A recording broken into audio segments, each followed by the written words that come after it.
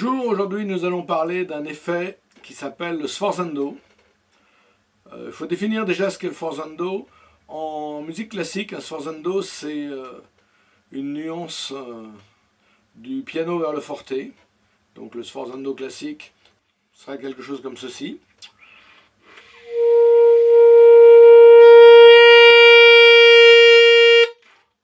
Et le sforzando jazz ou rhythm and blues funky sera le même effet mais précédé d'une grosse attaque, donc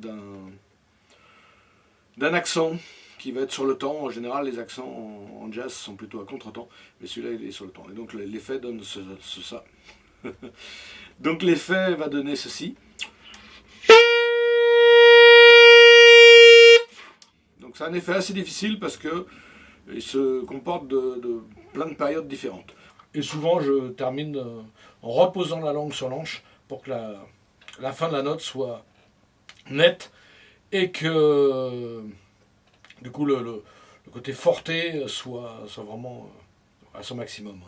Que la séparation entre la note et le silence qui est derrière soit au maximum. En préliminaire, nous allons travailler l'accent. Et pour ce faire, nous allons jouer une suite de 4 notes avec la première accentuée. Ça va donner ceci.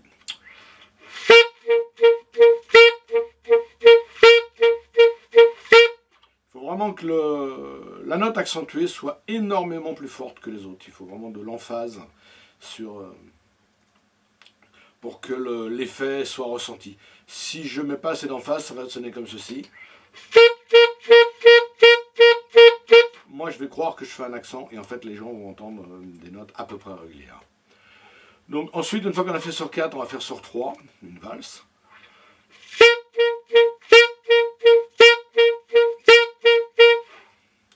On peut aussi faire sur 5.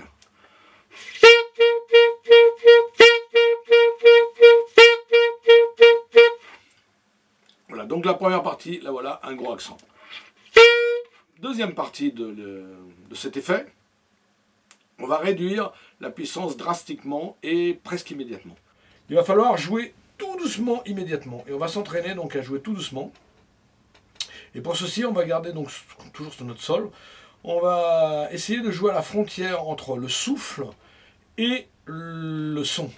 Donc il va falloir vraiment une nuance extrêmement délicate. Écoutez ça.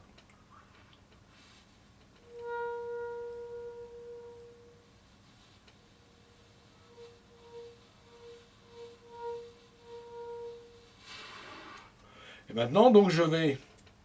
Donc c'est cette façon de travailler le sax, de jouer tout doucement, difficile. Elle est parce qu'au début on peut jouer que fort du saxophone, on a du mal à... Et pourtant c'est une façon vraiment importante parce que ça va vous permettre de contrôler totalement le son, d'une part, et d'autre part, si jamais vous devez travailler un trait et que vous êtes en appartement et qu'il y a des voisins, vraiment avec cette technique, on peut jouer tout doucement. Et ça oblige à envoyer beaucoup de vitesse d'air sans envoyer une grande quantité d'air.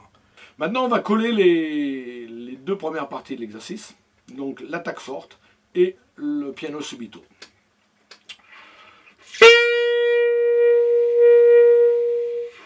Encore.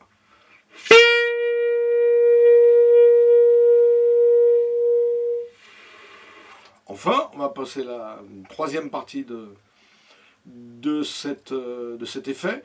C'est le crescendo du piano, donc toujours sur un sol, au forte. Quand je vais arriver sur le forte, pour donner un effet de coupure, je vais arrêter le son avec la langue et non pas avec le souffle. Donc mon crescendo.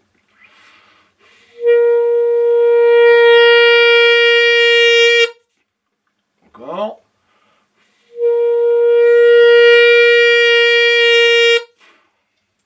Voilà, et il va temps maintenant pour moi de coller tous les morceaux, d'avoir l'attaque forte, le piano subito, et ensuite de revenir à une nuance qu'on appelle un soufflet en classique aussi, et une nuance plus forte.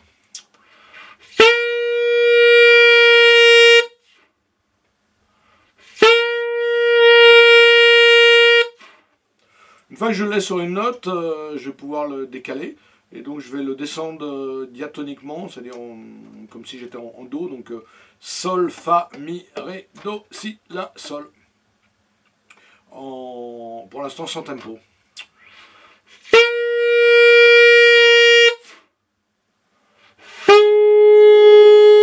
Ah, attaque pas assez forte.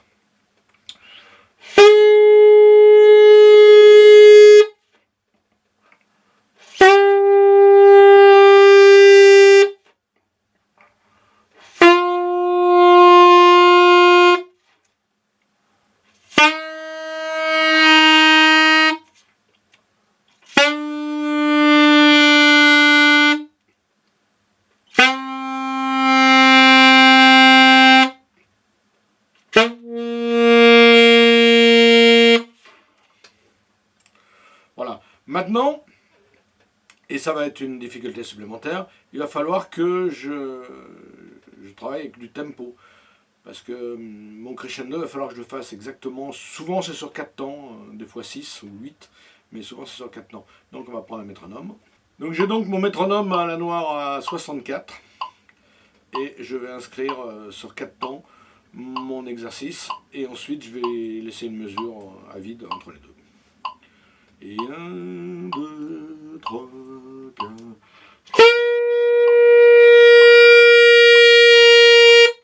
2, 3, 4...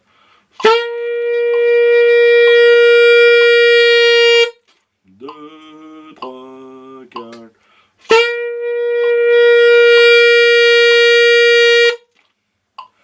Je vais faire maintenant comme tout à l'heure, je vais descendre diatoniquement, donc Sol, Fa, Mi, Ré, Do, Si, La, Sol, avec une mesure entre chaque. 2, 3, 4...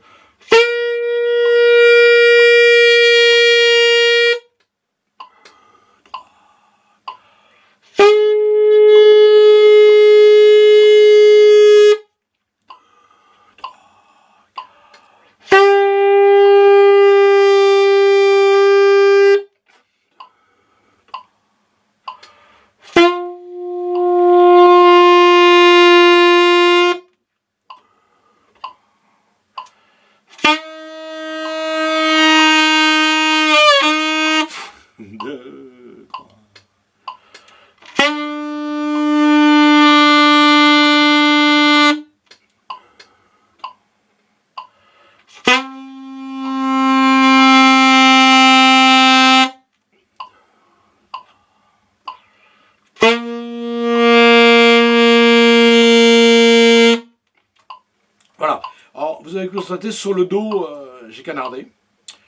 Mieux vaut sur ce genre d'exercice et quand on travaille chez soi, prendre des risques de faire une attaque très forte, voire trop forte, et canarder, plutôt que de rester dans une zone de prudence où je vais faire mon attaque comme ça, et ça va pas donner l'effet de grande claque, ou de grand... du percute, j'appelle ça un percute. Ta, ta, ta. Il faut vraiment donner un grand coup de langue, quitte à déraper, plutôt que de rester prudent. Une autre erreur que j'ai faite, je pense que c'est sur le mi en descendant. Je suis arrivé trop vite à ma nuance fortée. Donc, voilà, je suis fort et je reste fort sur trop longtemps. Ça c'est un défaut à éviter. Il faut vraiment à chaque fois qu'on ne reste pas longtemps sur la même dynamique et qu'on soit en perpétuel mouvement pour aller du piano vers le forte. Alors on rencontre beaucoup cet effet en musique funk, rhythm and blues. La bande originale du film Les Blues Brothers est émaillée de ce procédé. Et aussi sur des longues notes en jazz qui vont commencer sur le temps, comme par exemple dans Caravane. Ou dans Night Train.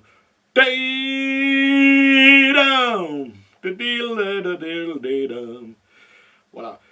C'est un exercice assez difficile, qu'il va falloir, mais qui est très expressif, et il va falloir le travailler un peu longtemps pour que vous le puissiez le sortir avec assurance et l'utiliser avec naturel. Merci d'avoir vu cette vidéo, à très bientôt pour une prochaine vidéo sur le son du jazz au saxophone.